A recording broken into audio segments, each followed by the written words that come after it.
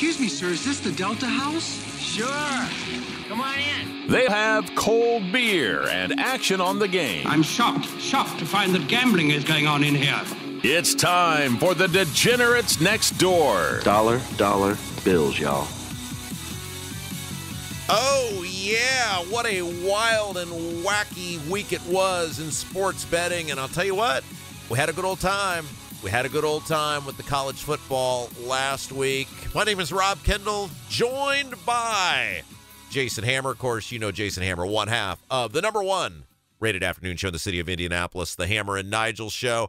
I'm one half of the Kendall and Casey Show, also number one, and hopefully we're number one in your sports betting heart. All right, Hammer.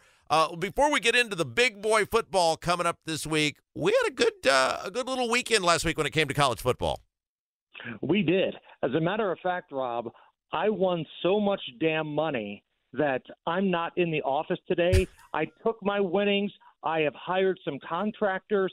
They're putting in an all-gold hot tub into my living room right now.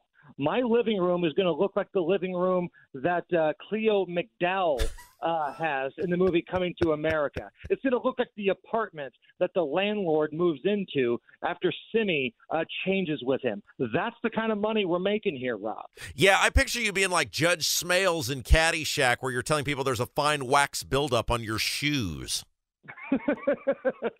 Jokes aside, man, both of us had winning weekends.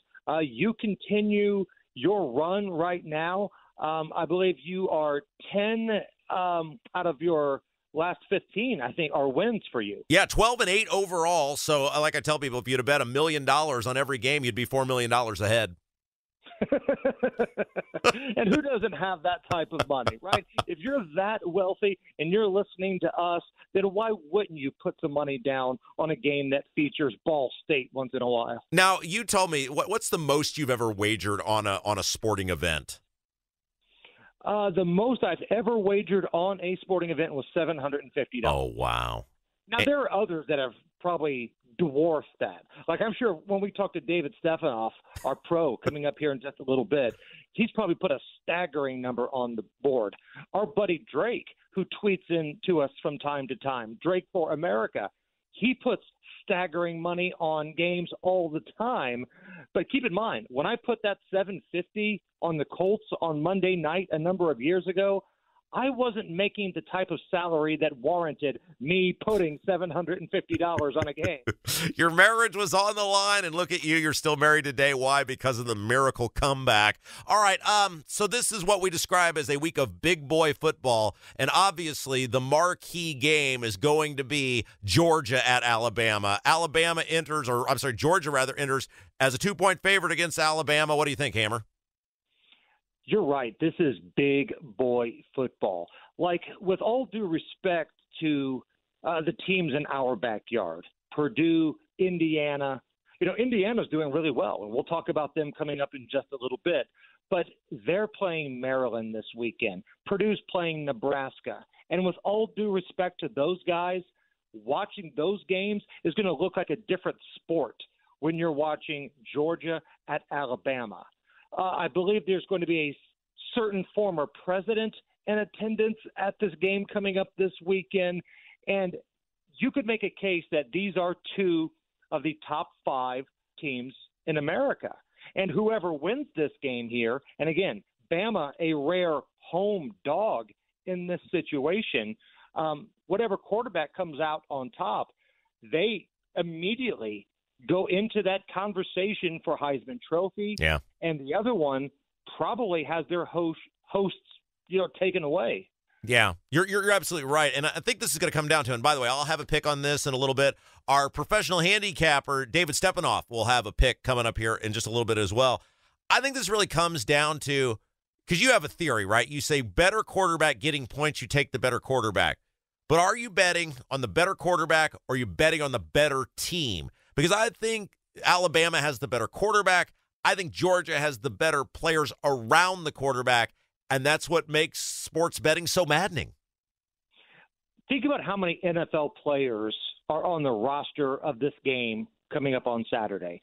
I'm willing to bet if you go back and look at the box score 10 years from now and just check off guys that made it to the league, you're probably looking at, 23, 24 guys combined.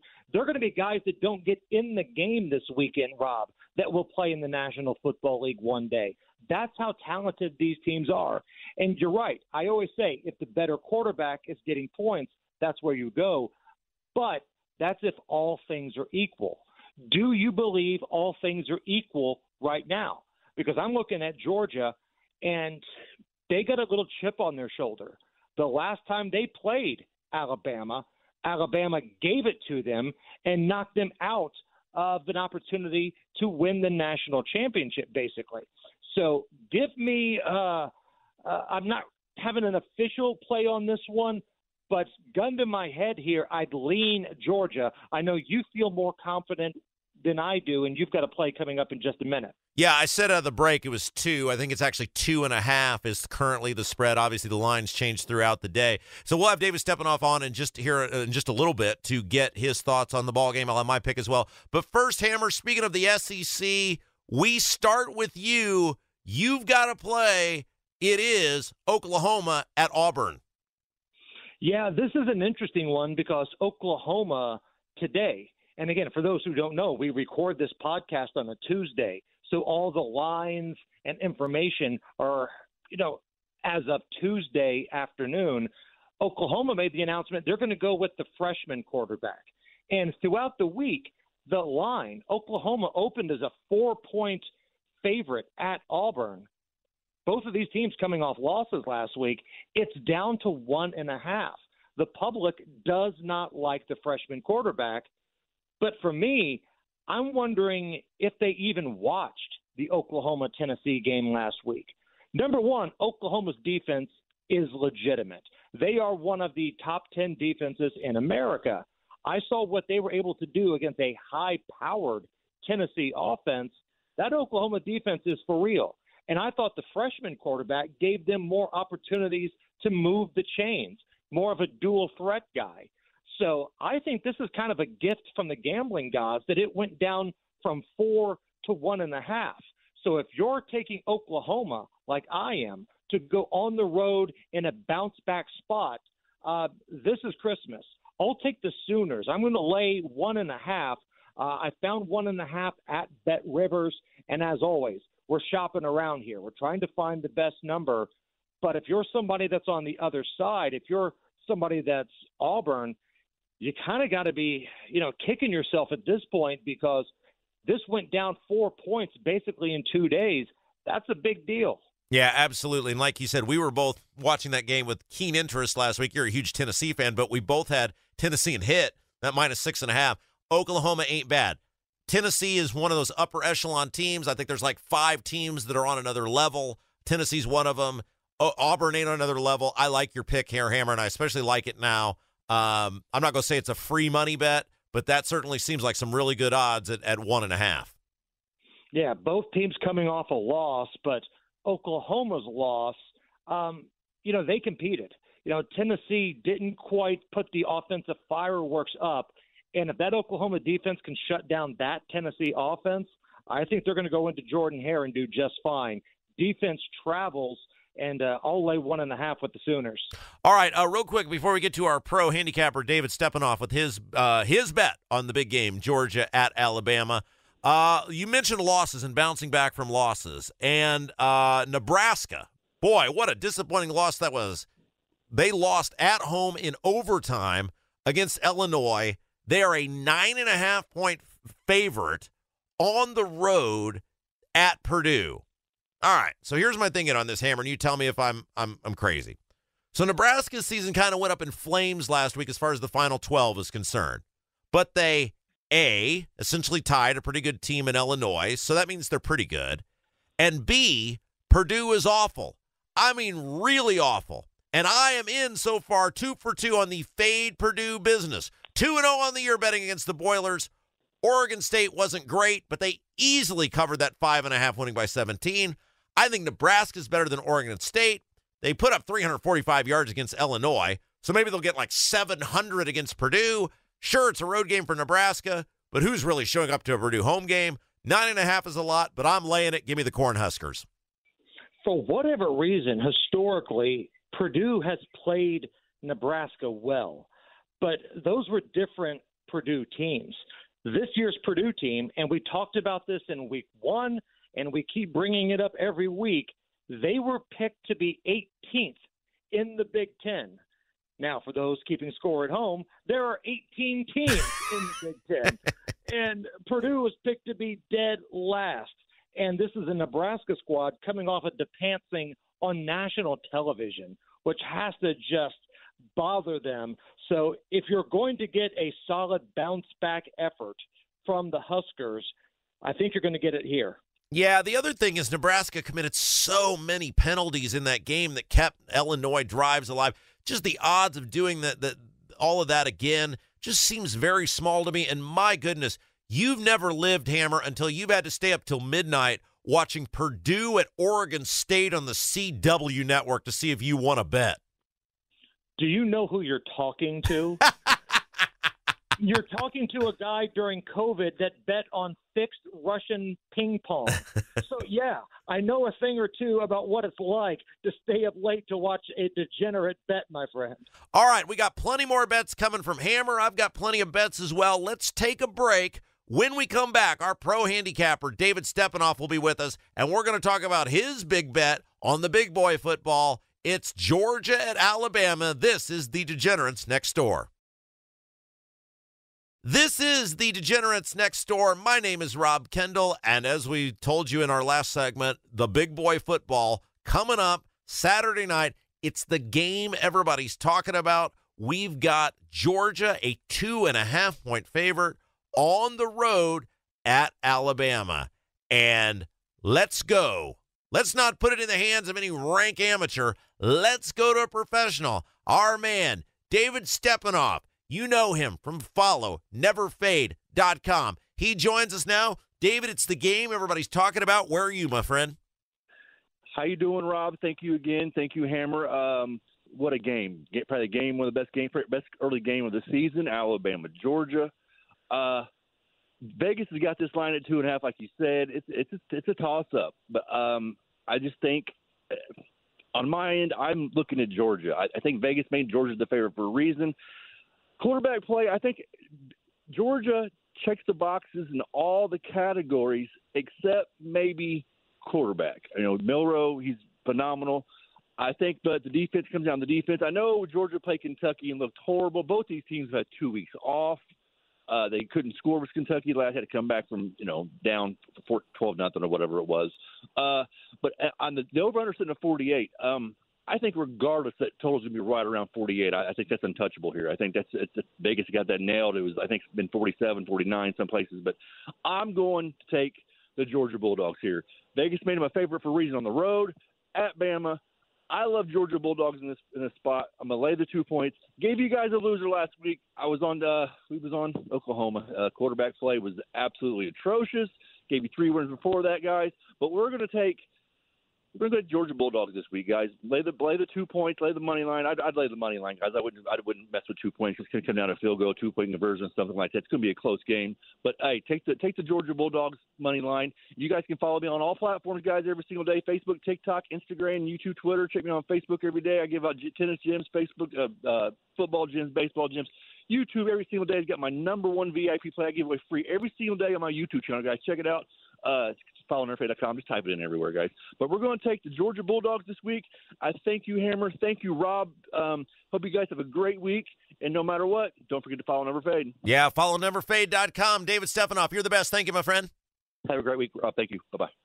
All right. So our pro says Georgia, -2.5. And look, I got to say, for my second bet of the week, I'm with him. Georgia had 2 weeks to prepare. And so is Alabama. Look, I get it.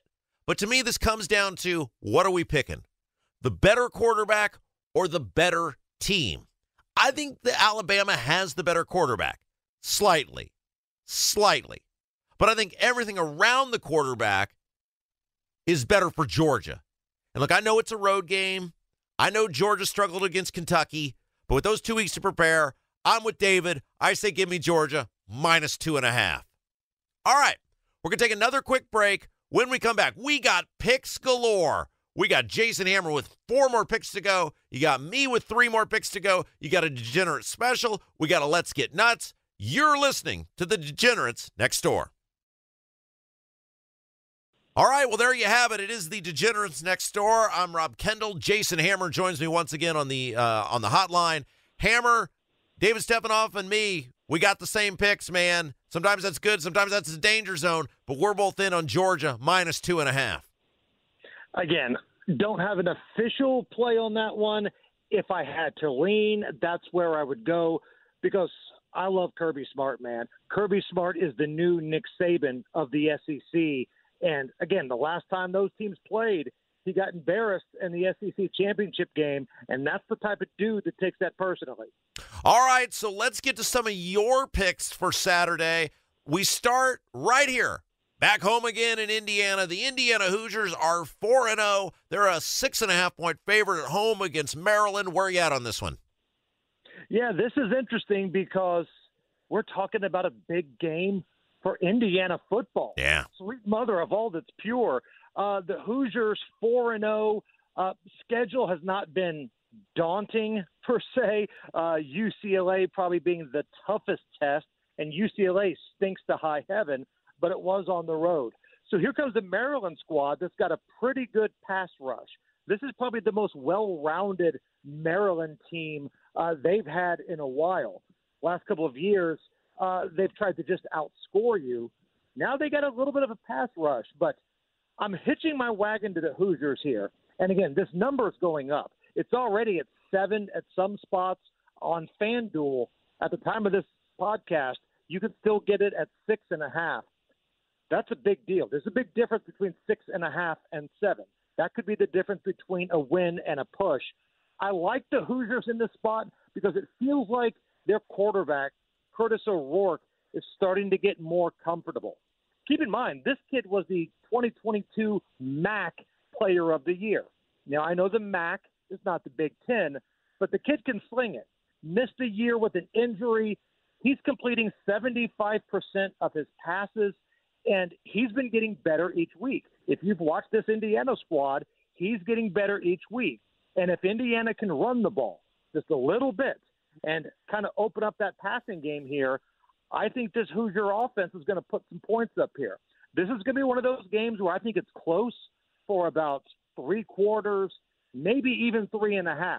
But I think ultimately, at home, give me Indiana less than a touchdown, always 6.5.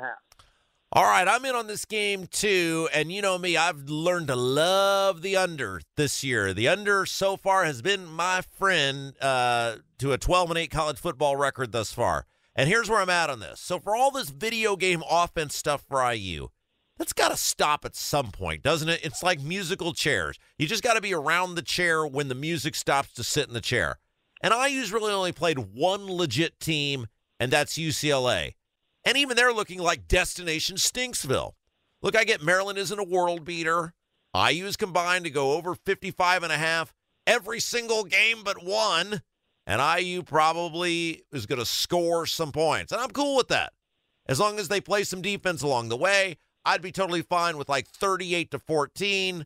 IU win. I'm going under, Hammer, 55.5 points.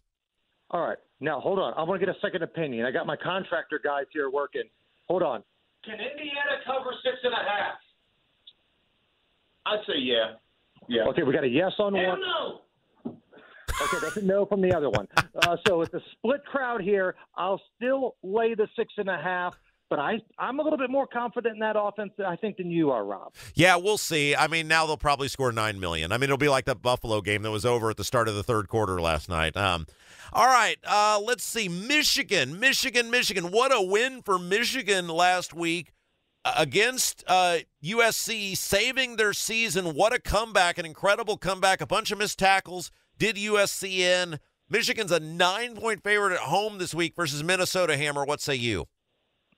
Give me Michigan here. You know why? Because of that no-good, rotten kicker for the Golden Gophers. That no-good, rotten weasel. And, yes, I'm that level of a degenerate that can call a college kid a rotten weasel that cost us the opening game against North Carolina. If the TV show Seinfeld has taught us anything, Rob, it's that sometimes You have to do things out of spite. Yeah. Spite is why I'm with Michigan here. Now, Michigan's more physical. Michigan can run the ball. What we saw last week against USC was what many people thought Michigan could do against Texas. Well, it turns out Texas is really, really, really freaking good. Maybe Michigan's a little bit better than we thought. I don't love their quarterback. I still think their offense needs work. But Michigan, they've got a good kicker. Minnesota does not. So out of pure spite, and I've been waiting since week 0 to pick against these guys, give me Michigan. I'm laying the 9 against row your boat guy in the worst kicker in Division I. I love it. I love it. I love it. All right. I am headed to South Bend as Notre Dame is taking on Louisville. And I am 2 for 2 weeks in a row, betting on the Irish, cashing those chips in. And this week, the over-under is set at 47.5 points. Notre Dame offense, stinkaroony. To quote the Blues Brothers, they smell bad. Notre Dame defense, goodaroonie. And look, people are in love with the Louisville offense. I'm not from this standpoint. They're averaging just 57 plays a game. It's one of the fewest in the country. And Louisville is hard to predict because they've only played one decent team, Georgia Tech. I do think people are a little too enamored with the perception of the Braun passing attack. I think they're going to run the ball more than others do. And I think they're going to score. I don't think they're going to score 31 points against this Irish D. 16 is the most they've given up all year. The line for Notre Dame is 5.5 as a favorite. That's way too rich for me given how unpredictable Notre Dame has been. So I'll go under. I'm hoping for like a 17-14 Irish win. I'm going under 47.5 points, Hammer. Yep, I like that. And keep this in mind with Louisville. It feels like they're going to be what's known as a public dog this weekend. Yes, they're going to be underdogs all weekend. Some money may change the line a little bit, but the amount of tickets I think coming in are going to be heavy on Louisville. And guess what happens to public dogs? Public dogs go on the road and they get put down. So I like Notre Dame in this spot. I'm not in love with their quarterback. I'm not in love with their offense. But you're right. Let's pump the brakes just a little bit on Louisville here. All right. You are going with your alma mater, Ball State. You're headed to Muncie, Indiana. James Madison is a 20-point favorite. Well, actually, it's at James Madison. But you're betting either for or against your alma mater, the Ball State Cardinals. Ball State heading to James Madison, where the James Madison is a 20.5-point favorite. What say you? Did you catch James Madison's act last week? Did you see the total they put up on North Carolina?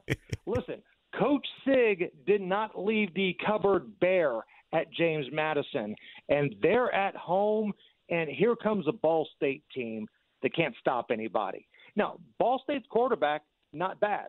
Ball State's quarterback can score some points when they're not playing teams like Miami on the road, but comparable competition, Ball State's offense is not bad. But I don't think they're ready for this. This could be a little bit of a setback spot for James Madison, but when your offense is that good and you're at home against a very suspect Ball State defense, I've got to go against the Cards here. Give me James Madison. I'm going to lay 20 and the hook, 20.5, 3 touchdowns. Ball State could stick around early, but, man, reality sets in late. And what you see with a lot of these MAC teams is they can give you everything they've got for about 2 to 3 quarters, but then reality sets in. James Madison is so much better than the Fighting Jason Hammers of Ball State. I'm laying 20.5. All right, final pick for me before we get to the most anticipated part of every show, the Degenerate Special. I'm in on Illinois and Penn State. So the over-under is set at 47.5. Here's my thinking. Look, eventually the Illinois hot streak has got to run out, right? Each week we think, okay, it's going to be Kansas. It's going to be Nebraska. And Nebraska basically gave away a lot of points to Illinois with several really stupid penalties, which killed me at the very end Friday to cost me that over. Also, Matt Rule is the Nebraska coach, and that had to have cost Nebraska at least 1 touchdown. I was in that game late despite all the Nebraska issues. Penn State has scored some points early, and I could see myself going down late on this one, but I think Penn State has enough juice at home to play some really stifling defense, ultimately keeping it under 48 points. I'm going under, Hammer, 47.5, Illinois at Penn State. You are Mr. Under. You are Captain Underpants. That's who you are. Yeah, I hate watching games that are under because I hate cheering for defense. But look, I've come here to chew bubble gum and make money, and I'm all out of bubble gum. That's a strong Roddy Piper reference. Yeah, right there. I knew you'd appreciate that. I knew you'd appreciate that. All right, it is time for the most anticipated part of the show. We wait for it each week. Ladies and gentlemen, Jason Hammer's Degenerate Special. It's time for Hammer's Degenerate Special. So, Rob, while you guys are watching Georgia at Alabama, who wants to watch that? I'll be watching Eastern Michigan at Kent State because this may be the absolute worst game on the college schedule this year. Eastern Michigan minus 14 at Kent State. Now, you're probably thinking to yourself, where have I heard the name Kent State before? That would be the Kent State that gave up a 70 burger to Tennessee. That would be the Kent State that went into Happy Valley and gave up half a hundy to Penn State. And, oh, by the way, Kent State did not score in the Penn State game. So I'm looking at Eastern Michigan here. You look at some of the point totals they put up this year, it's not great, but it's a little bit better than what Kent State can do. Kent State has played some good competition. I get that. They're going to get those $1 million paychecks. That athletic department's going to be funded for years, but they're also not any good. So while you guys are watching Georgia and Alabama and Michigan and these other teams, turn your attention to Eastern Michigan at Kent State, a Gold Star Degenerate Special. We're going to lay 14 with Eastern Michigan. Now, if you want to get that, get it quickly because that line's going up. Bet Rivers has it 14.5. FanDuel, I believe, has 14.5. But Caesars, as of this podcast, still has it at 14. Get it without that hook because then you're looking at 3 scores. Eastern Michigan minus 14. They cover at Kent State. That, my friends, is your Degenerate Special. All right, Hammer, I have a question for you. Are you ready to get nuts? I think I'm ready to get nuts. All right, want to get nuts? Come on, let's get nuts! Lights out. Now you want to get nuts? Come on, let's get nuts. All right, so for the Let's Get Nuts this week, we go to my world, the world of golf, and this week is the President's Cup where the USA takes on the world. And look, and just pure us versus them, it's a one-sided affair. USA probably going to beat the brakes off the internationals. USA minus 250. I believe the internationals are plus 270 right now, and this contest is rarely close. However, if you're willing to dig inside the numbers, you can find something with some pretty good odds that I think has a decent chance of paying out. And that is whether or not Scotty Scheffler, the best player in the world, hands down, not even close, will be the top scoring player. Will he win the most points at the President's Cup?